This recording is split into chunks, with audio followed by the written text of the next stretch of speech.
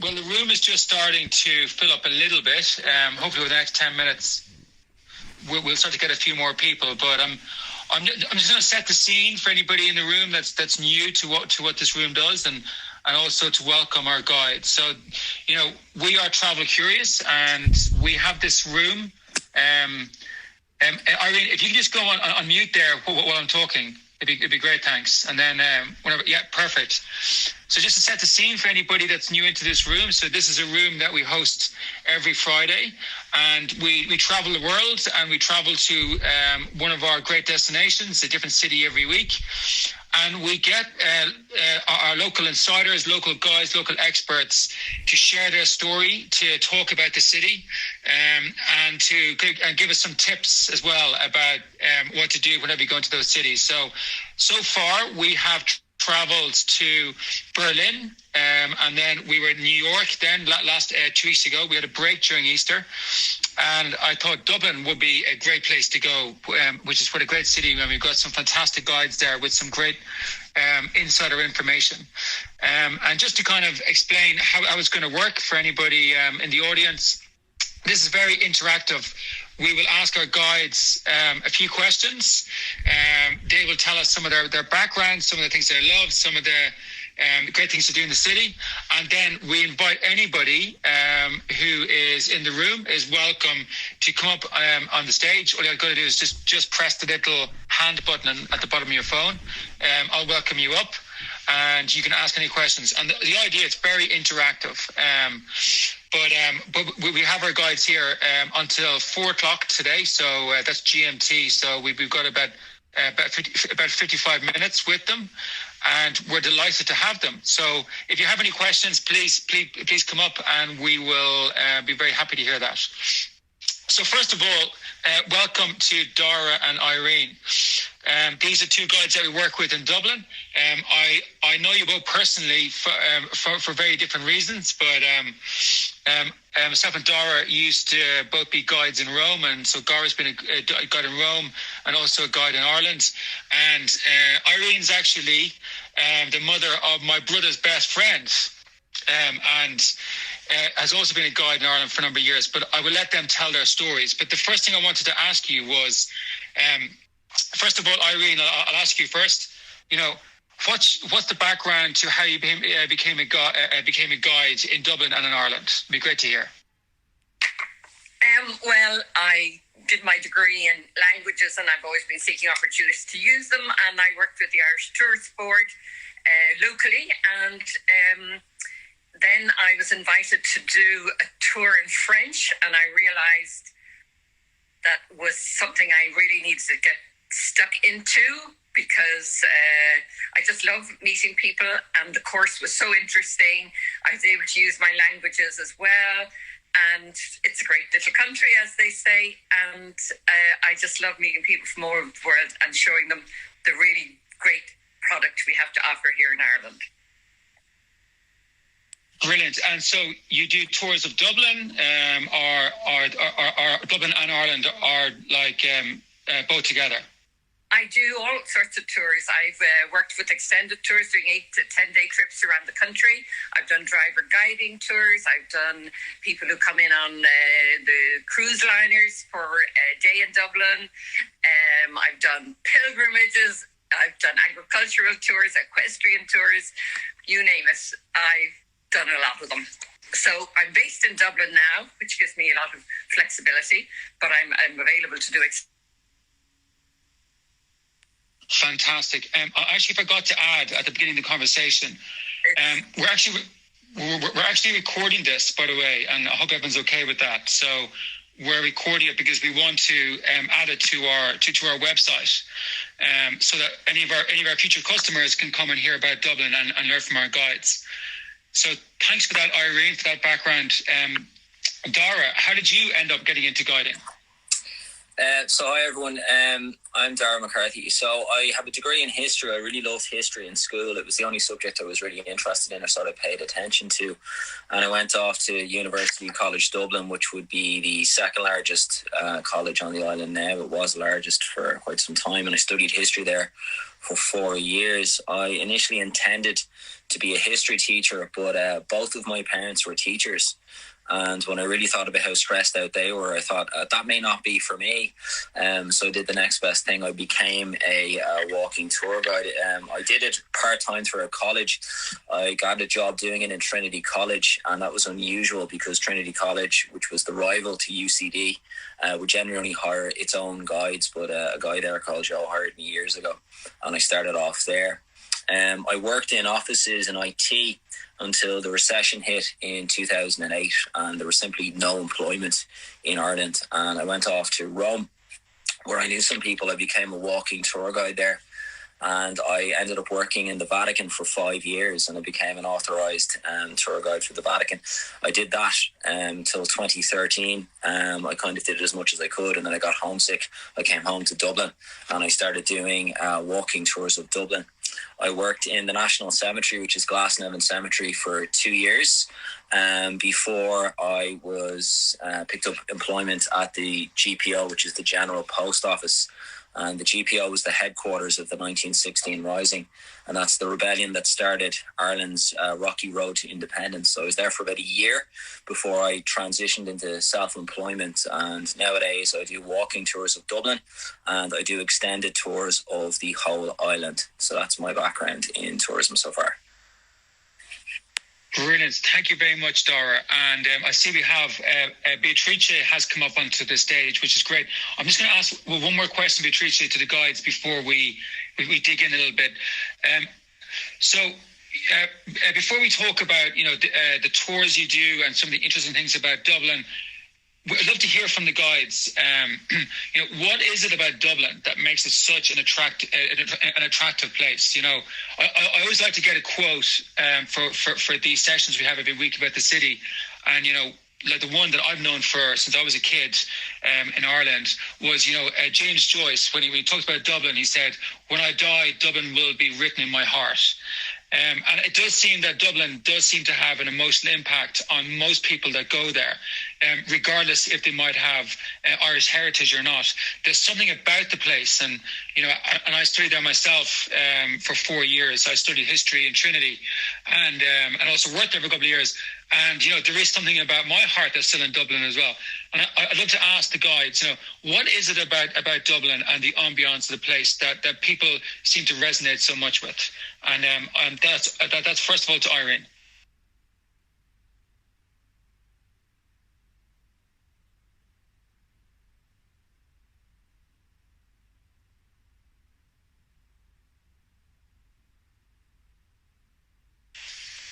Irene, I think you're still on the mute there. I'm not sure if you've turned it off. Sorry, Alex.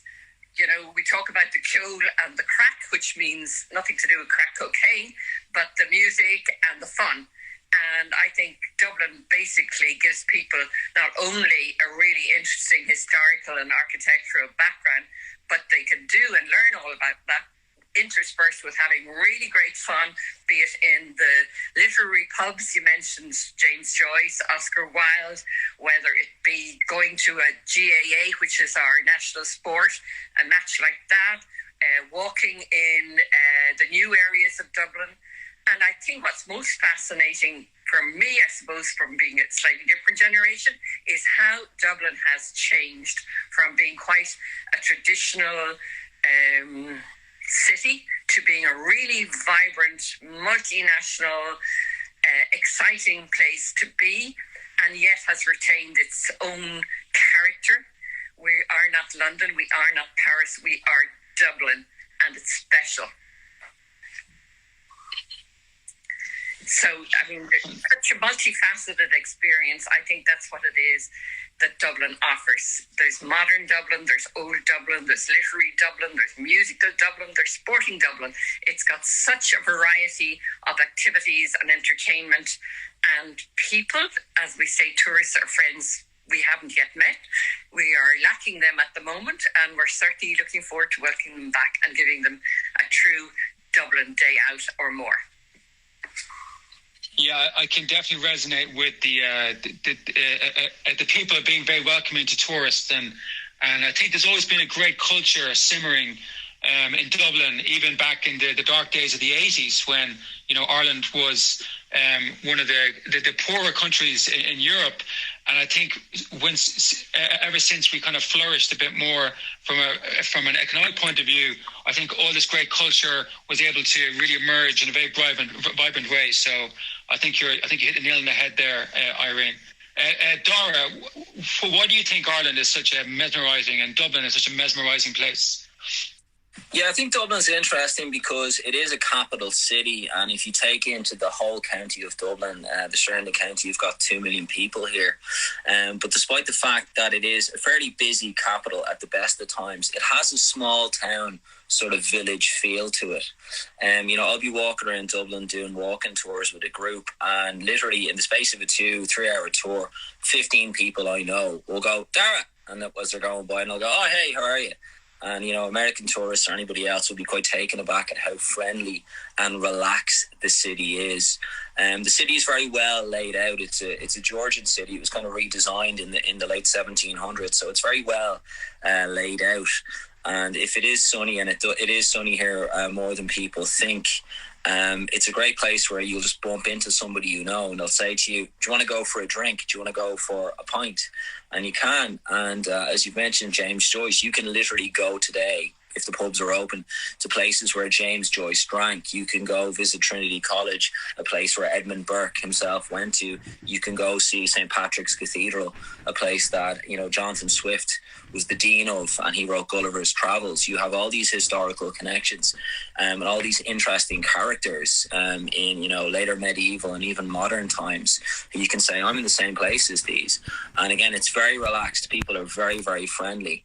And they have a great sense of humour here. If Irish people like you, they'll make fun of you in a nice way. And you really can't waste hours in the city. And I think if it's sunny in Dublin and you're outside and you've got a pint of Guinness, which doesn't travel, it tastes better here, and you're hanging out with a local and you're just laughing and enjoying life, I really don't think there's anywhere better to be. And I think that kind of relaxed, enjoy yourself atmosphere that the city offers. And meanwhile, you're in a city that has changed recently. And Dublin is the European headquarters for companies like Google, Apple, Facebook. So we have the Silicon Docks, we have all these modern companies that we're all using, but you have this history and this very relaxed atmosphere and this sense of humour that I think makes Dublin a unique place. I don't think there's anywhere else like it in the world, certainly not as capital cities go. Thanks, Dara. Yeah, I think I definitely agree with you that when the sun is shining in Dublin, which doesn't happen as much as we'd want it, there's very few places that can beat it because of that relaxed atmosphere that you have, and it's almost like everyone just lets their hair down and goes for a drink when the sun is out, and it is magical. Before we go into any more questions, I can see Beatrice has joined us here. Beatrice is a guide based in Tuscany, and she has a question. So looking forward to hearing what you think. Thank you, Alex. This is Bea. Yes, I'm from Florence, so I'm a fellow tour guide.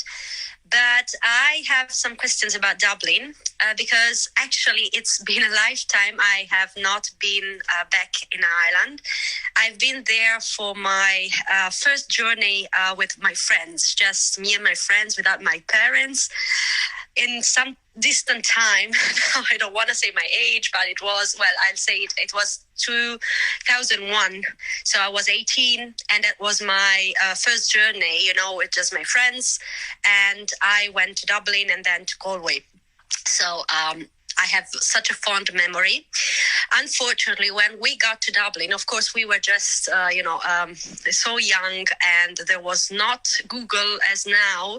So we were a little bit unorganized. So when we arrived in Dublin, it was, I think it was the national festivity in August. So everything was closed or mostly closed, like the museums. So we stayed there just one day and then we stayed most of the time in Galway. So I'm craving now. It's been years that I'm saying I have to go back to Dublin because I always travel for work. I've lived in England, but it's in my bucket list. And I would love to do an Oscar Wilde thematic, journey in Dublin or staying in Dublin. So first question is, of course, I've seen the statue.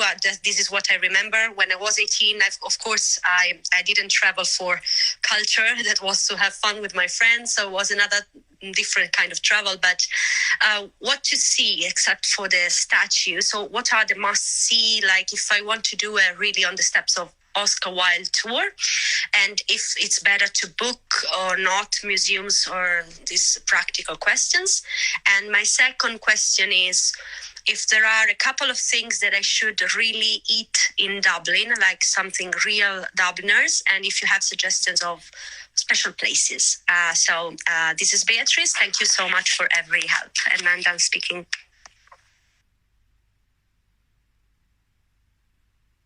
Like either Dara and Irene, you can pop up with this answer, or both.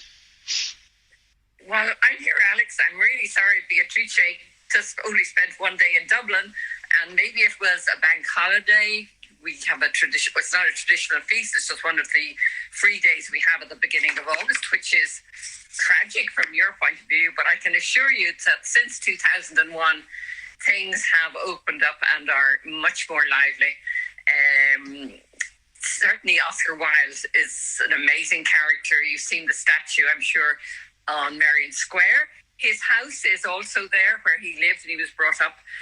And the church where he actually got married, even though he was homosexual, he actually married and had 2 children. And it's a fascinating story, peppered with all his famous quotations like, "I can resist anything except temptation." He's a wonderful... It's a sad life in many ways because of he was imprisoned, for his homosexuality, where he wrote the Ballad of Reading Jail, and he died a very poor man in Paris and is buried in the Père Lachaise cemetery. But a very interesting man for his times, very colourful. And yes, there are lots of places you can go and see. He actually spent more of his time probably in London than in Dublin, but he was born here. His father was a surgeon, and his mother, Speranza, had a lot of letters. And there's, of course, Oscar Wilde studied in Trinity, so I'd certainly recommend a visit to Trinity and the wonderful library there, which, of course, Samuel Beckett and many others studied there as well. But apart from that, too, we have lots of museums that have developed since then, where you would see there's the Irish Literary Museum and the newly opened Museum of Literature of Ireland, the MOLI, which concentrates mainly on James Joyce, but does have a lot of information on Oscar Wilde as well. I would recommend maybe booking in advance for some of the attractions. For example, Kilmainham Jail, which is an iconic centre for the history of independent Ireland, that has limited numbers. They can only take small groups and gets booked up very quickly. But, I'm very happy to assist you in referencing or booking any tours that you might like to do, or even bring you personally on a guided literary tour of Dublin. There's a lot to see.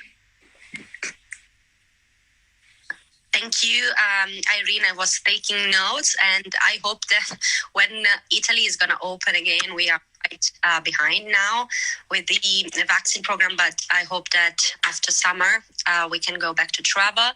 So it's definitely my bucket list, and I'm following you now, and I'm going to reach out to you. I don't know if you or Instagram or your contact in case I want to write to you or Dara.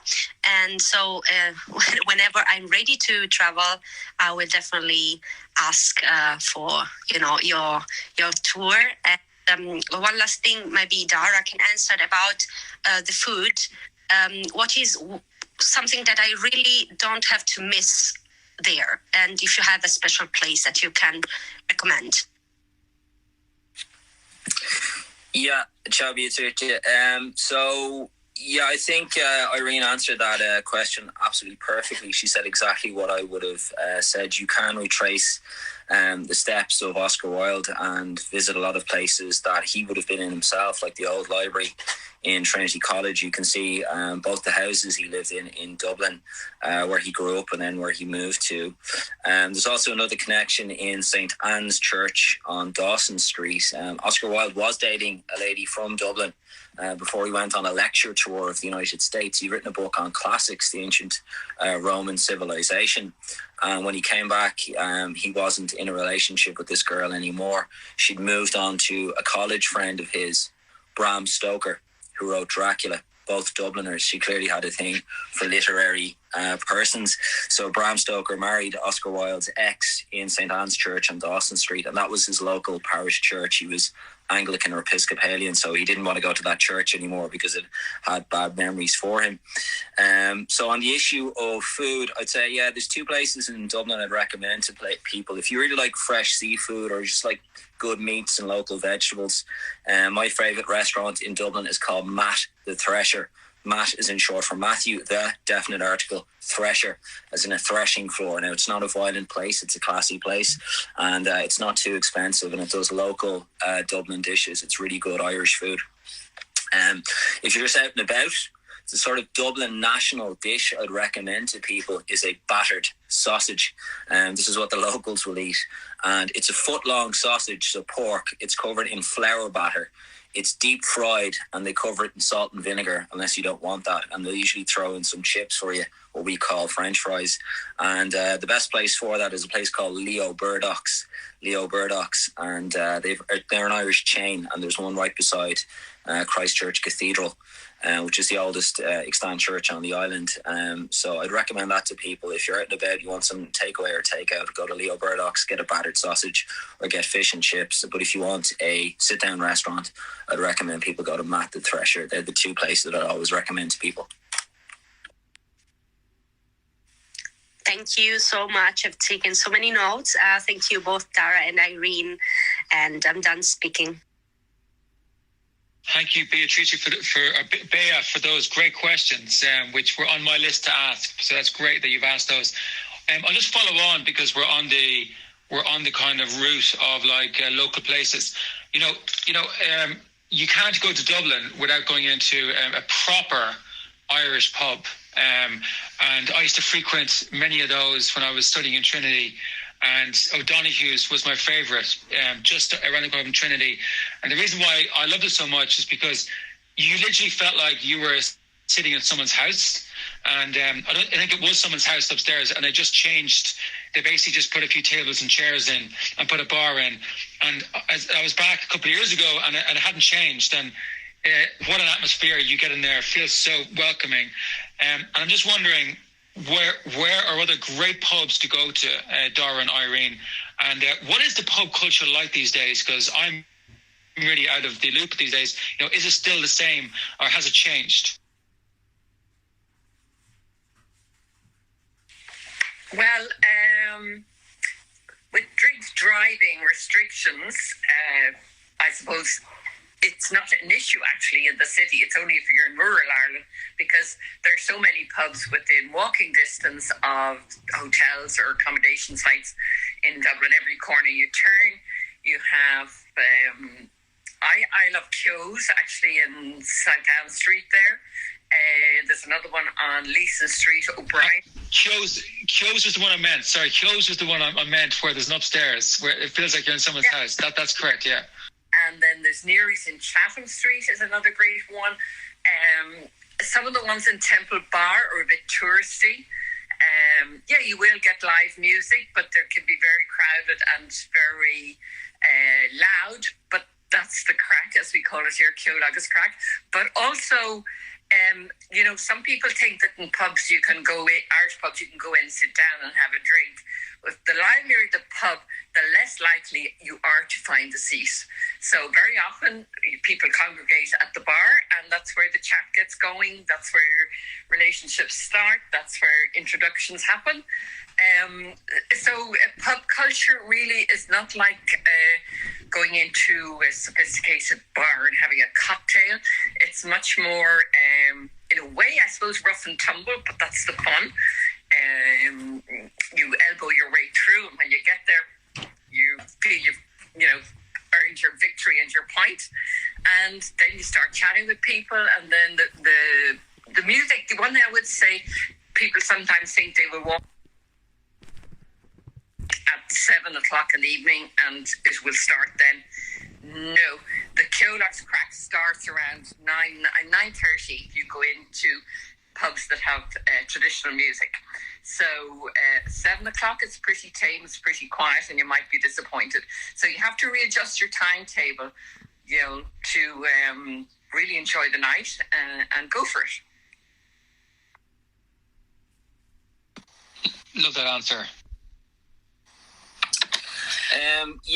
So there's 800 pubs in Dublin, or there were before Corona hit us, and the population is 1.6 to 2 million. So there's basically a pub for every 2,000 people. So the Irish reputation for drinking is very, very well founded.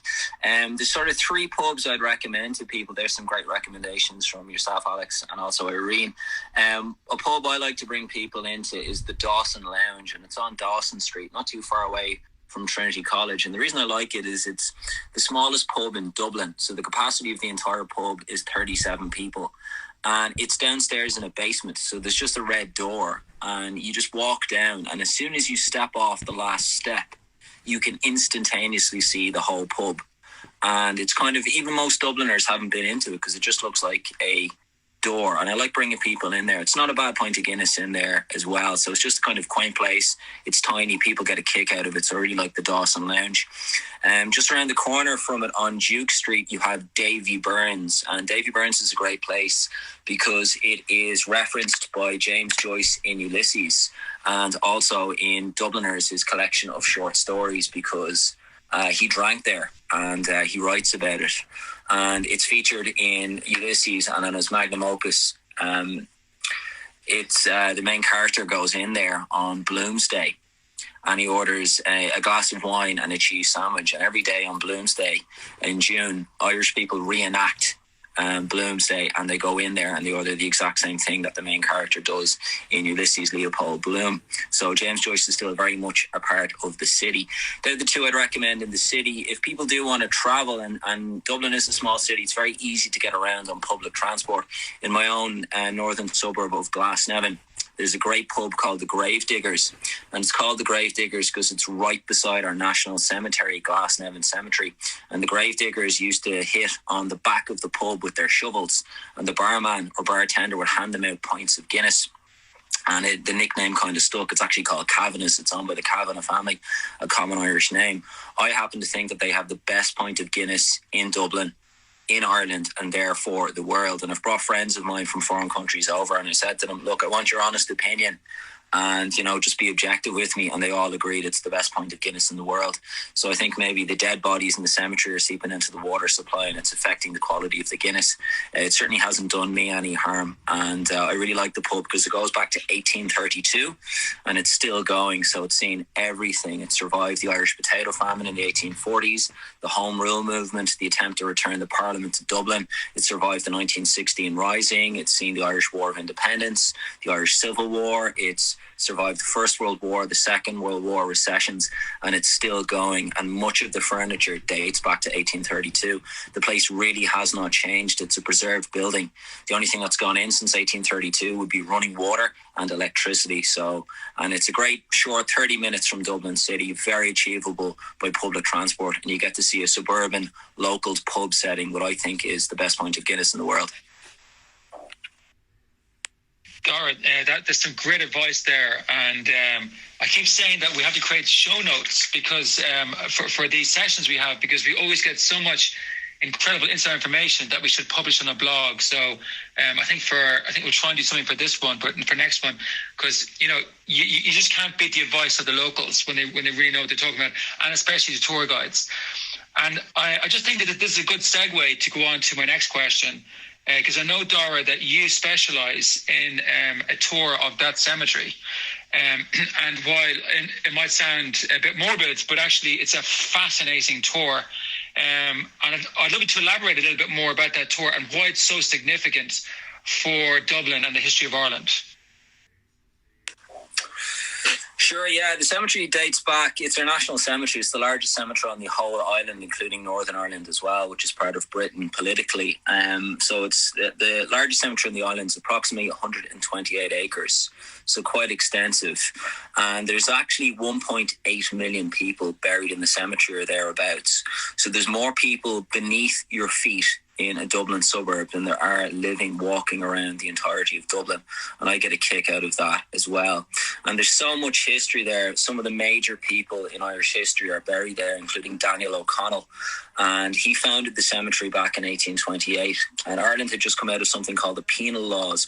We were part of Britain back then, and there was the state discrimination against anybody who wasn't Anglican or Episcopalian. So it was illegal for Roman Catholics or anybody who wasn't Episcopalian, Jewish people. There were no Muslims in Ireland at that time, but Presbyterians, any other religious denomination, to have their own cemeteries. And he had recently forced a change in the law where it is now legal to bury Catholics and to have their own cemetery. And Daniel O'Connell said, right, we're going to make a cemetery. And at that time, his supporters thought it would be a Catholic cemetery because back then about 80% of Irish people were Catholic. And he said, no, it's going to be non-denominational. Your religion is your own business and should be so. The state should have no business knowing what your personal beliefs are. Everyone's entitled to their opinions. So the cemetery, which is, I can see every morning, every time I draw my curtains and from the suburb, has always been a place for all faiths and none. So you have atheists buried beside Catholics, buried beside Protestants, buried beside Jewish people, buried beside agnostics, people from every walk of life.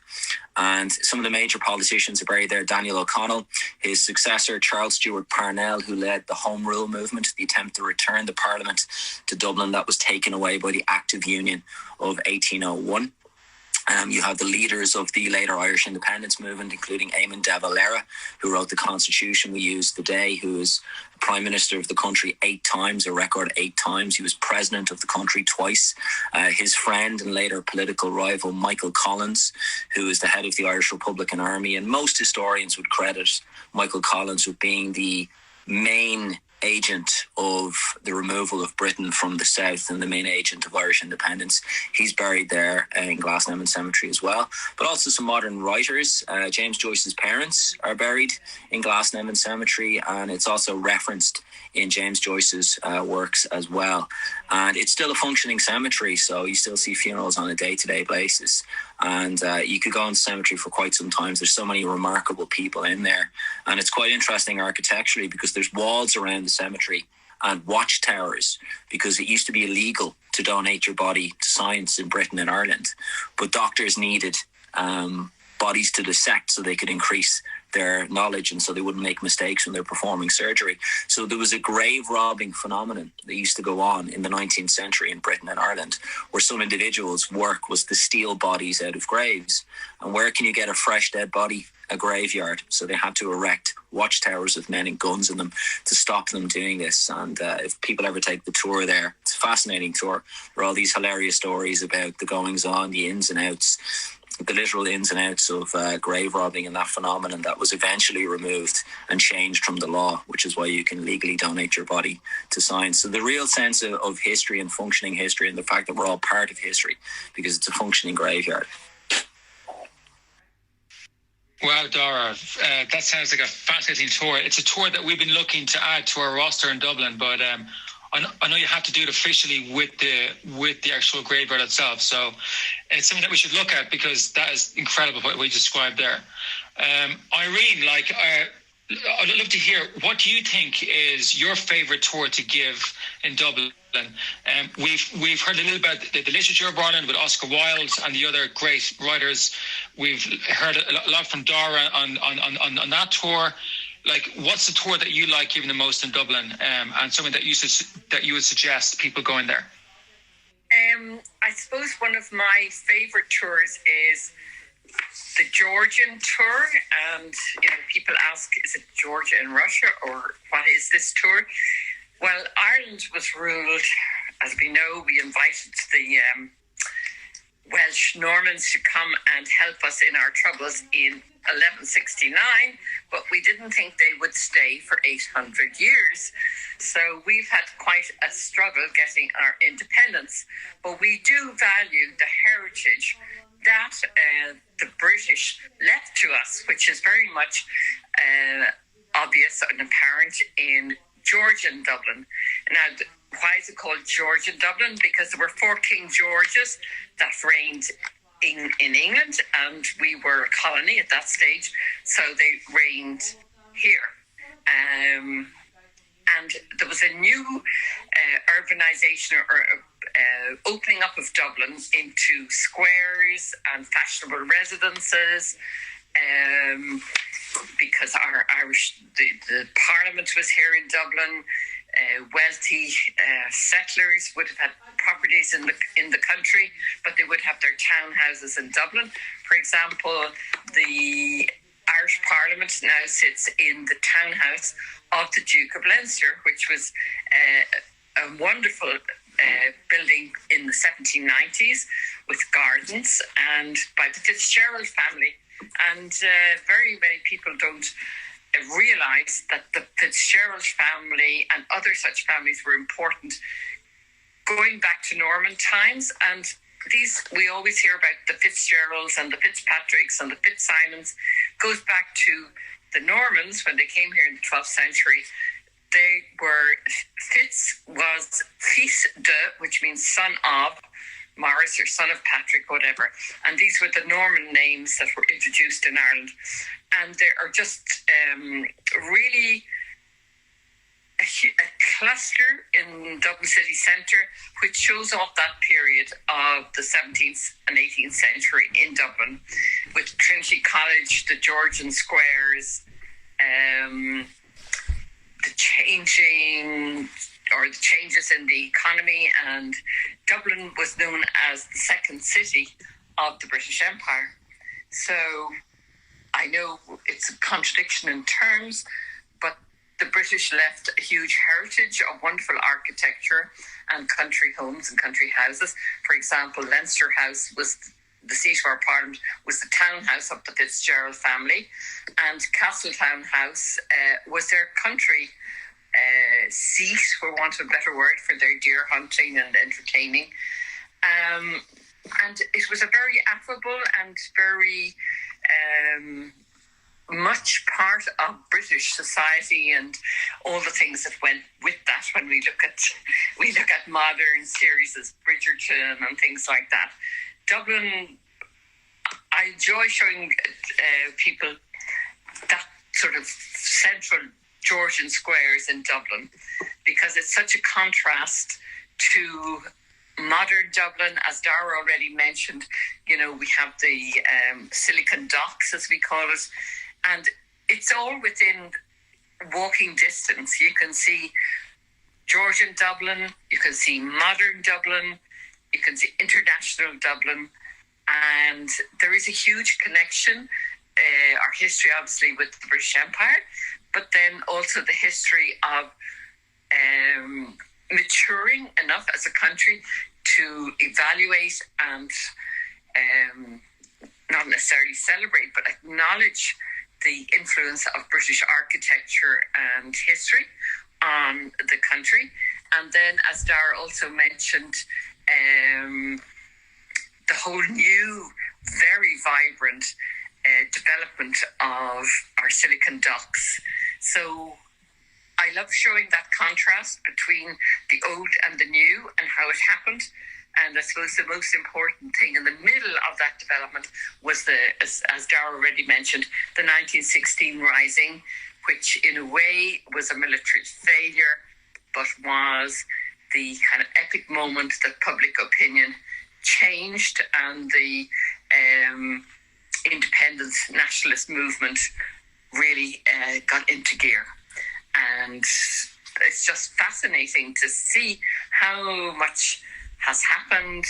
Dara mentioned the War of Independence, the Civil War, all of that, and yet you have to see it in the context of our British history and the wonderful Georgian buildings.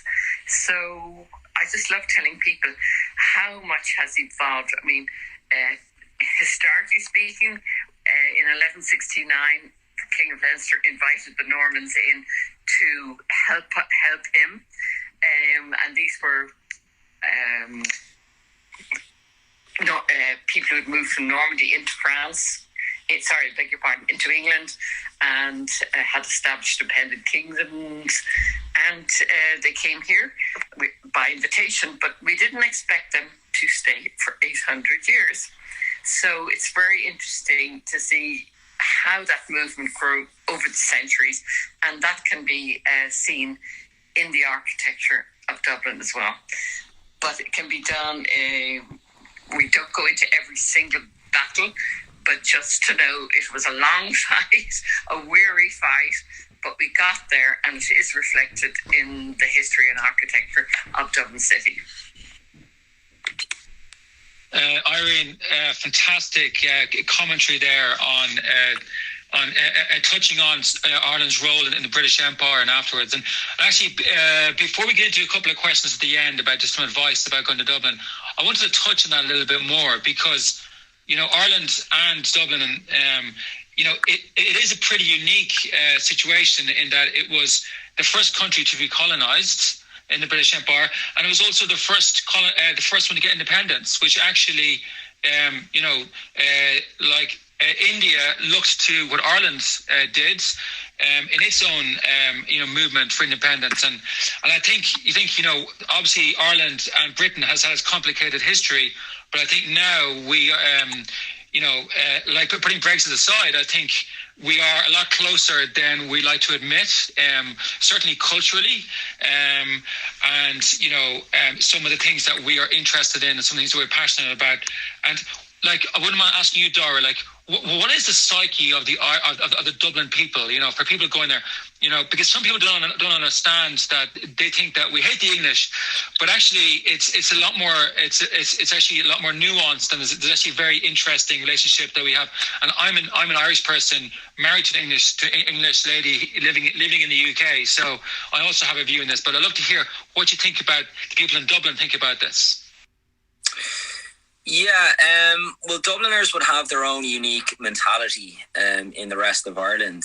We call ourselves Dubs, and there'd be great divisions in Dublin as well, which would be over social class and the stereotypes surrounding social class. So this is sort of simplified as Northsiders and Southsiders. So apparently everyone from the North side, where I'm from, is working class. I'm not. And then everyone on the South side is upper middle class. And there's this class divide in Dublin. And it's mostly good humoured, but sadly some people can take it very, very seriously. And you don't find that in the rest of Ireland, which tends to be predominantly rural. When Dubs would go out to the rest of the country, say on weekends or weekends off, bank holiday weekends and so on and so forth, people from the country would kind of joke and say, "Welcome to Ireland." And Dublin's previous position as the second city in the British Empire gave us the nickname Jackeens. So people from rural Ireland who would have the very sort of stereotypical leprechaun accent that most of the listeners would be aware of in most cases, they would call us Jackeens, which means little Englishmen, and or Englishman wannabes. So because we were the capital of the British presence here for over 750 years. So that's kind of more ribbing or slagging. It's very good-natured in a way. In terms of the relationship with Britain, yeah, I think you hit the nail on the head, Alex. We're far more in common with English people than we like to think. And I think the interesting thing about Irish people, and even Dubliners in particular, is we've in essence abandoned our own language. Until about 1850 or thereabouts, 80% of the island spoke Irish or Gaelic, a Gaelic Celtic language, on a day-to-day basis. And it went into a very steady, consistent decline within 50 years. This was in the aftermath of the potato famine and the need for emigration. To, in essence, by 1900, less than 10% of people on the island could speak their own ancestral language, and everyone was speaking English. Now, the tide sort of turned back a little bit when we got independence in 1922, because Irish became part of the curriculum, and it still is today. You're forced to learn it. You have no option in the matter until you're 18 years of age, until we take our final exam called the Leaving Certificate, and you can do it either pass level or honours level.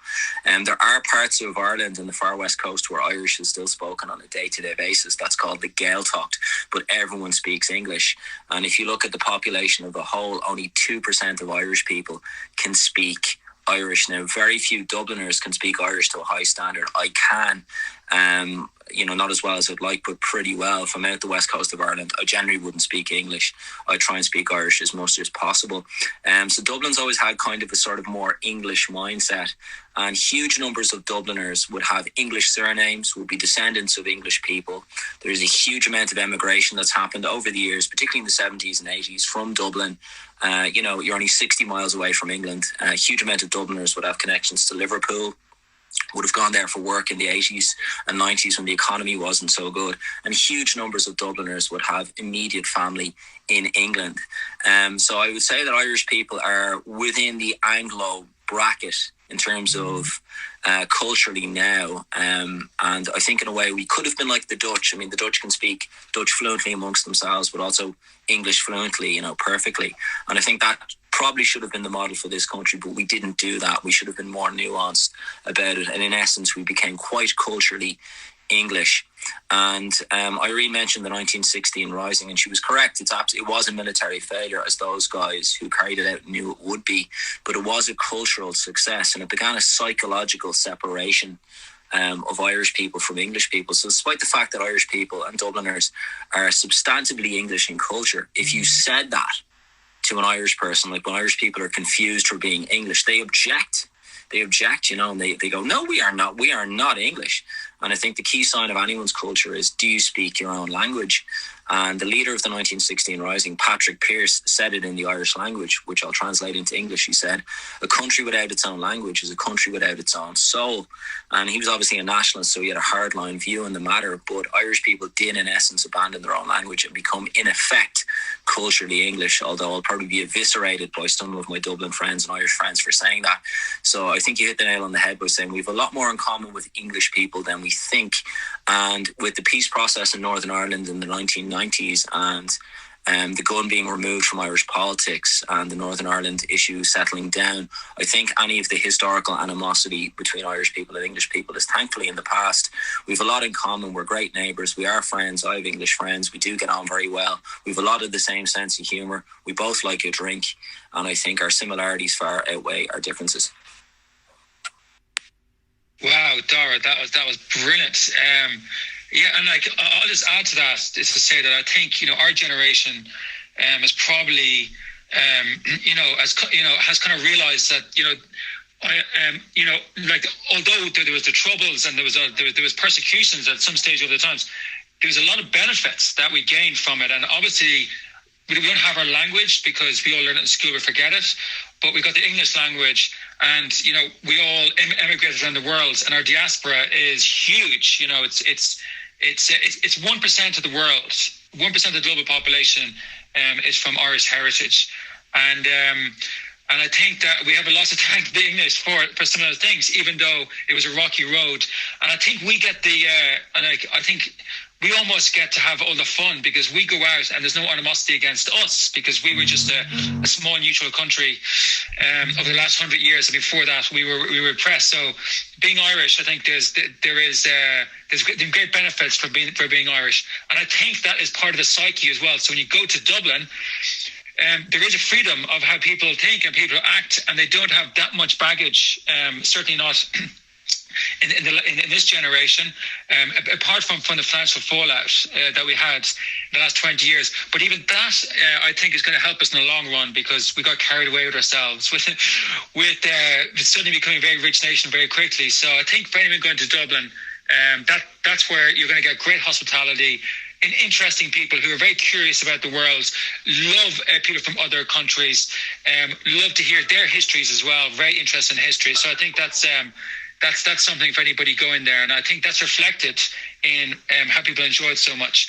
So, just taking a little. If anybody has any questions, please hop up. We've got about 10 minutes left of this great session, and I wanted to take it a bit more to some tips now because we've covered quite a lot, and also we've covered quite a lot of the socio-political side of things, which I wasn't expecting. But I think with Dublin and Ireland, you can't really get away from it because it's so fundamental to what we are.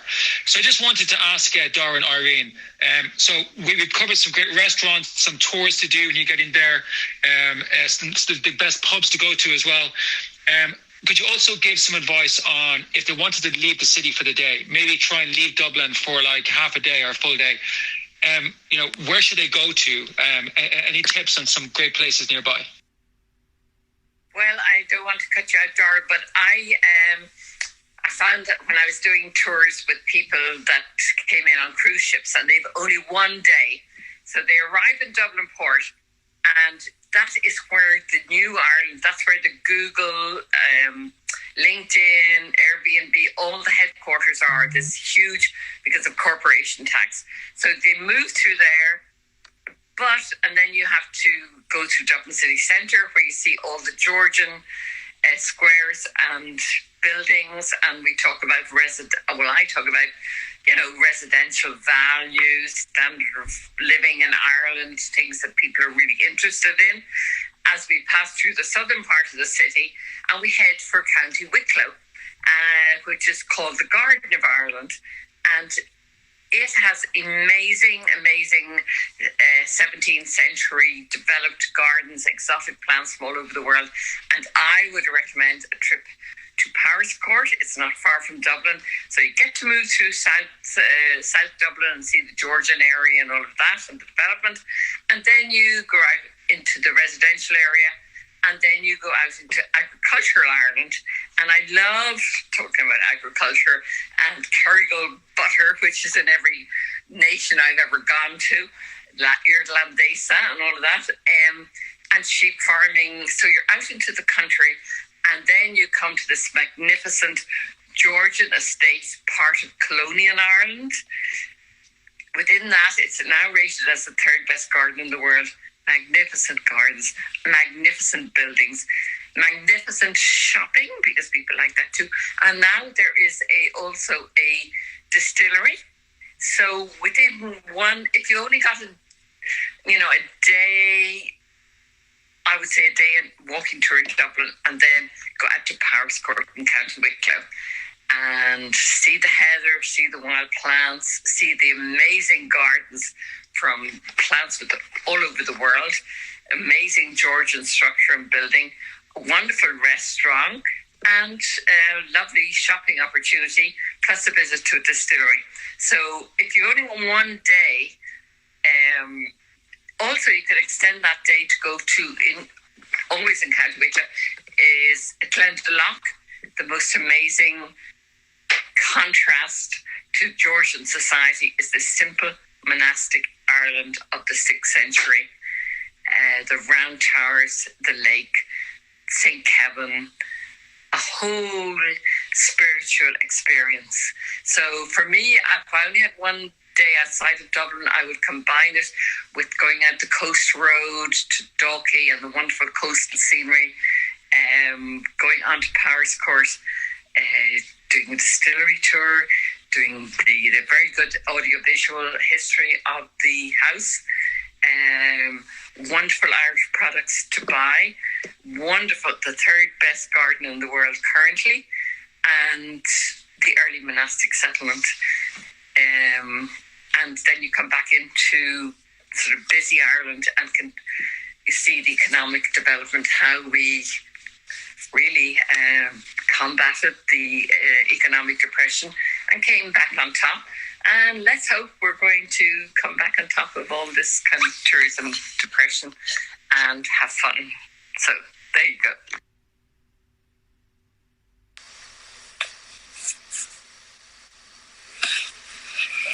Yeah, I just thought I think that's a perfect answer there from Irene. There's just something else I would draw attention to. Just Dublin is a perfect launching pad for things in our surrounding province of Leinster, the eastern province of Ireland. And one recommendation I'd always make to people is Newgrange in County Meath. So it's not that far away from Dublin, and transport-wise it's about an hour to drive to.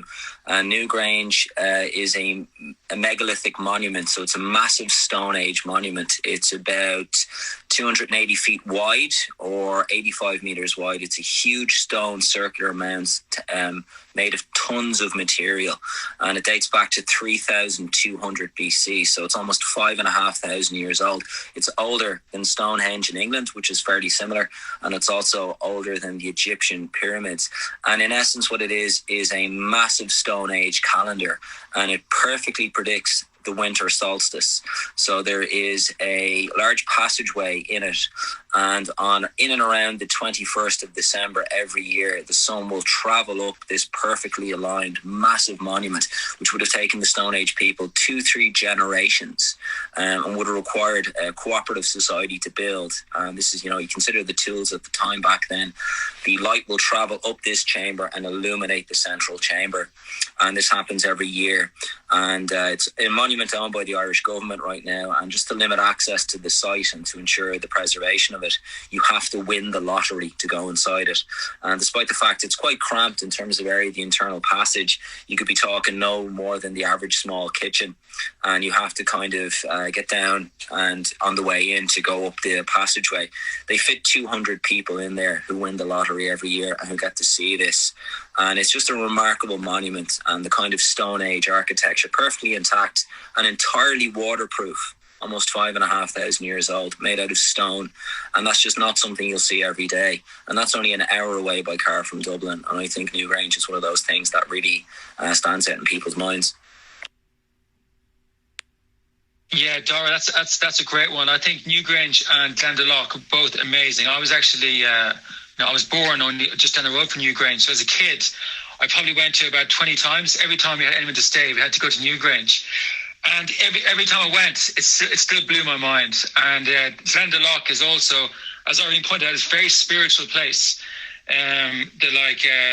Walking around there it is pretty amazing, and we do tours to those two places, and hopefully we can get tourists back to go there because they are very special. And I want to say to Dara and Irene, thank you so much for this session. It was brilliant. Really got me excited about going back to Ireland again. I haven't been able to go back for a while, and it makes me think that we need to do a follow-up at some stage about Ireland, because we've only talked about Dublin, and Dublin is a great launch pad, as you said, and there's so many great places in Ireland to go and visit as well. So we'd love to have you back on again soon to talk about that. But thank you very much for your amazing advice. Who needs a travel show when you have two expert guides being able to give you all this information from the horse's mouth? So I just wanted to say thank you very much. Next week we'll be going somewhere else. We'll announce that very soon. And I just wanted to give one final word from both Dara and Irene before I close the room, and a big thank you from us at Travel Curious and everyone that's been listening in today. Well, Alex, what we call boulabot, round of applause. What can I say? It's been lovely sharing things that I love to show people, and I hope they just come in droves, because we've got a whole lot to offer, especially in personalised what your interest is, and that's what I would emphasise, and would definitely say Ireland is a small country, but you need to take lots of time to see it, because we have so much to show you, and we look forward to welcoming you. Thank you.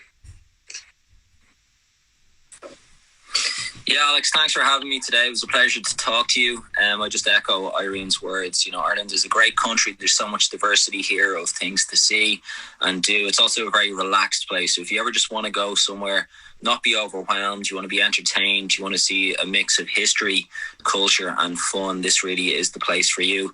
And I hope that we're slowly coming out of this corona thing that we've all been through, and that we'll all get back to travelling. So in the words of my ancestors, Gurmina Wagut, thanks a minute.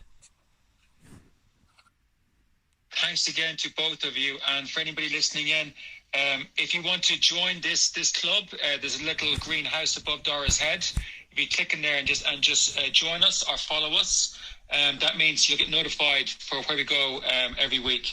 Thank you very much. I'm going to close the room now, but I do encourage you to tap in and follow both Dara and Irene, so you can follow what they're doing on Clubhouse.